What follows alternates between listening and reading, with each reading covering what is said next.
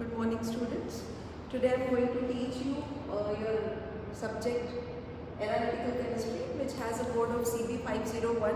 So I am going to teach you first unit of it, and the first part of that unit is error analysis. But before I proceed, I really tell you what is analytical chemistry. Analytical chemistry is a branch of chemistry which deals with the techniques or the experimental setup or principle, or how you should apply these things to laboratory practices, and how can you calculate the statistical results whatever you have obtained through your experiment. So these all things you cover in the analytical chemistry part.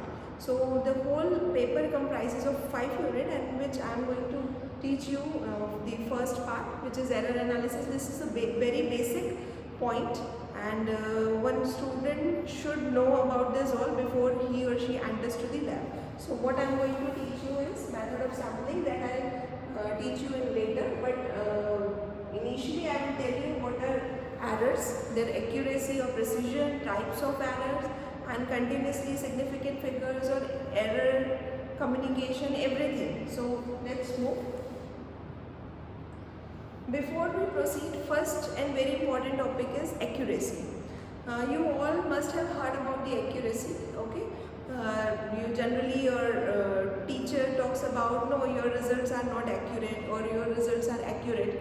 So something, it is related to your practical examination. So accuracy means how close you are to the true value of any of the experiment or any of the instrument or any of the glassware or something like that. Suppose I have an AC, suppose we have an AC in this classroom, okay? So that AC has 18 degrees centigrade, the minimum value, okay? But now I have to check whether the minimum value for this air conditioner is 18 degrees centigrade or not. So what I will do, I will just switch on that AC and I will check that broker or the manufacturer has told me about this. So when I have started, or when I have switched on that air conditioner, the temperature reached only to 19 degrees centigrade. So that value is an observed value, okay? But what was the true value? True value was 18 degrees centigrade. So the difference between the true value and the observed value is accuracy. So what I told you, that air conditioner's true value was 18 degrees centigrade, but the observed value was 19 degrees centigrade. So the difference between two is 1 degree centigrade, okay? So it is, you can see the error between these two values. So accuracy is the nearness to the measurement to its expected value. So the difference between these two values is called error, okay? So with these you can proceed, and I will tell you again with an example.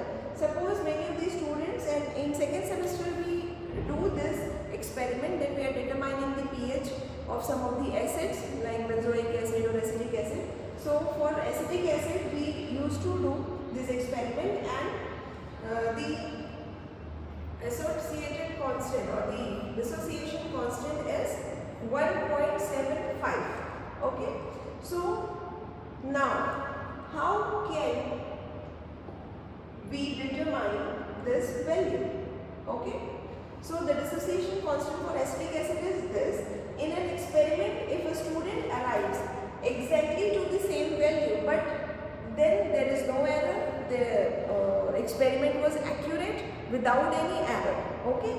But if you get the different value, like 1.75 was the true value, and any of the student got like this 1.85, so it has an error, because when you will subtract this value, you will get a difference of 0.10, and if it is negative, it shows the how high or how low the error is, okay? Now I'll tell you the way of expression of accuracy. There are two ways.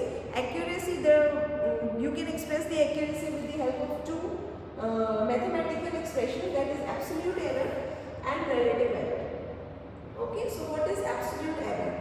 Absolute error is the difference between the true value and the observed value, but you have to take a mod of it because it is it is the sign positive or negative just show how more or less the error is. Okay, so now the second type is relative error. Like I will explain you this all with examples. Okay, now suppose we have got these datas. Okay, so what are these datas? We have weighed some material in laboratory using an electronic balance and we got the value like this. The actual value was 2.62 gram, but when a student weighed it, the observed value was 2.52 gram. Okay, so it is close to the true value.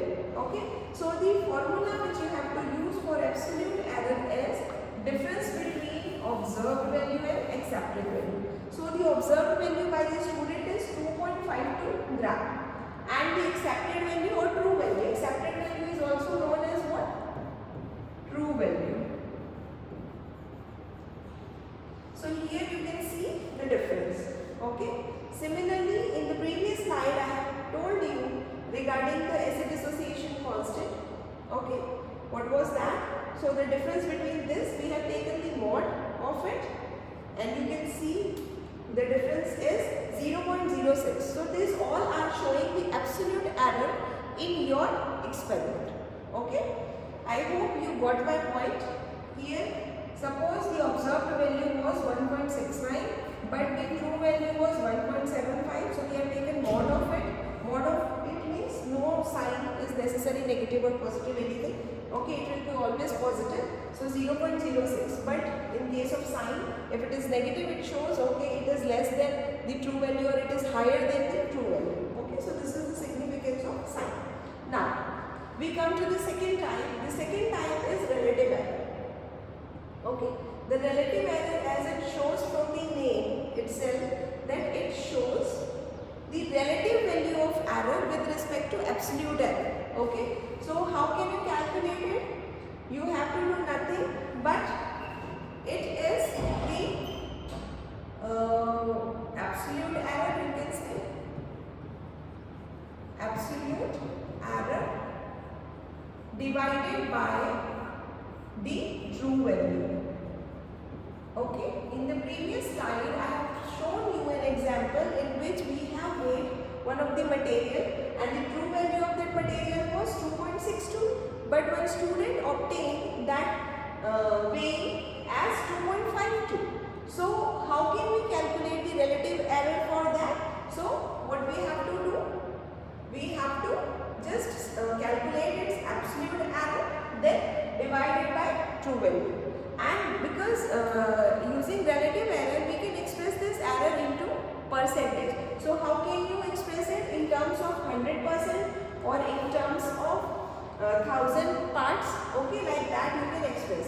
So when you have to express in the terms of percentage, you can multiply it with 100 and you will have it percentage. So the relative error was minus 3.8%. So similarly, you can also have in parts per 1000. Okay, so you can have it. Okay. Now, we will solve some of the questions so that you can have a better understanding of how we can calculate. So this is the question for your practice. And here the question is, one of the analysis are 36.97 gram with compared to the accepted value. Okay, so means the accepted value is the true value. So you can see what is this? You just have to calculate the absolute error and the relative error. Okay. So the absolute error, for that absolute error, what will you do? You will just apply that formula and you will find out the difference. So the difference is this. That means this is your absolute error. With the same data, now you have to calculate the relative error. So I have already told you this is the absolute error and this is the true value. So the ratio of these two values is relative error in terms of 100, that is percentage, and 1000 percentage you have to multiply with 1000. Okay. So this is the relative error and this is another practice question. You can solve it using this. I have already told you with the example of acid dissociation constant of acetic acid.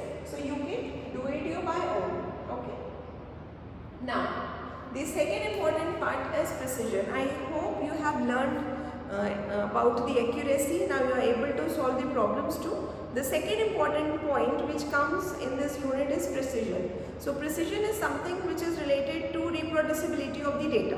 What is reproducibility of the data? It generally happens when your lab instructor instructs you that you have to perform your experiments at least thrice or twice. That means he or she just want to check whether you have performed in right way or in wrong way. If you have performed in a right way, then it will be reproduced, and if some of the mistakes are there, you will not get the similar result always. Okay, so to check the reproducibility of the experiments, we need to know about the precision. Okay, so precision is defined as the agreement between the numerical value of two or more measurement. As I have already told you, you have to perform at least for twice or thrice.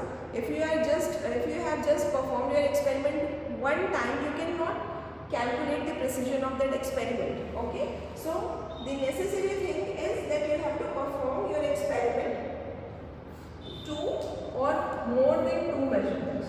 Okay, and the value is said to be precise when all the two or all the three or more than three measurements are in close proximity, you can say. Okay, so it is not necessary. Yes, one more important thing, the precise experiment is not always accurate. I will tell you in my further slides, you will understand it. Now, the expression of precision, as I told you, the accuracy can be expressed in terms of error, whether it is absolute or relative. But when we talk about the precision, there are several ways using which we can express it. So first is standard deviation, mean, median, deviation in mean or something. We can express it. So I explain in a regular manner, one by one. So first we will start with the mean value. Okay, this is the very common value, and we generally apply in each of the experiment. So how will you calculate? Mean is nothing. Mean is something, means whatever observation or number of observation you have, you just have to add it, and you have to divide the obtained sum with the total number of observation. We are doing it from the primary school, not primary, middle school, high school, we are doing it. Okay, so what we will do, suppose you have got the burette value, burette reading. These are the burette readings, suppose. Okay, burette readings which you have obtained for an experiment. Generally we apply 3 readings only, but here I have applied 4 readings. Okay, so now you have to take the mean value or the average value. We also call it average value. Okay, so for that average value, what we will do, there are 4 different data. Now you have to add it and divide it by 4. So the same thing I have done, and this value is known as arithmetic mean or average of that data. Okay, so this was the first thing using which we can express the mean value. Now the median value. Okay, so what is the median value? Median value is the set of equally distributed values. Okay, so half of the values are greater and other half smaller. So what will you do? Suppose I have an observation sheet, okay, in which we have got 3, then 4, then 5, then 8, then 7 and 6, okay, and now 9. So these are the observation data. Okay, now the first thing, so there can be 2 kinds of conditions. The first condition is for even number, okay, and the second condition is for odd number. Okay, here you can see the data is now odd numbers. Okay, so first thing which you have to do, you have to arrange this data in increasing or decreasing order. Increasing or decreasing order. Okay, so you can take anything. So if I am arranging this data in increasing order, so it will be like 3, 4, 5, 6, 7, 8 or 9, or you can do the vice versa also. Okay. Now you have total number of 7 observation or 7 data. So the formula for the odd number of observation for the median is n plus 1 by 2 tau. Okay, n plus 1 by 2 tau. So number of n is 7. Okay, there are 7 observations, then 7 plus 1 divided by 2. That means 4th term. Okay, so your answer will be 4th term. What is the 4th term? 1, 2, 3, 4. So this will be the median of this data set. Okay, this is the median of that data set. So it was for odd one. Okay, now I will tell you for the even one. What will you do for the even one? Okay, so for the even one, I will explain you with an example. Suppose 1, 2, 3, 4. Okay, these are my data.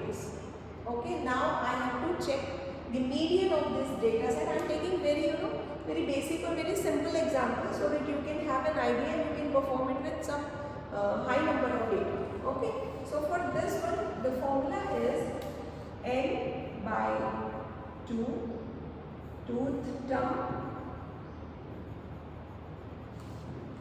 plus n by 2 plus 1 term.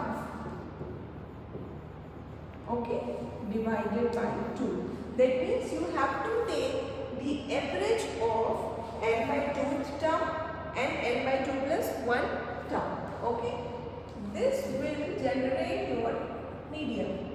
So I apply this formula to this data set. Now n by 2th term. So here the value of n is 4.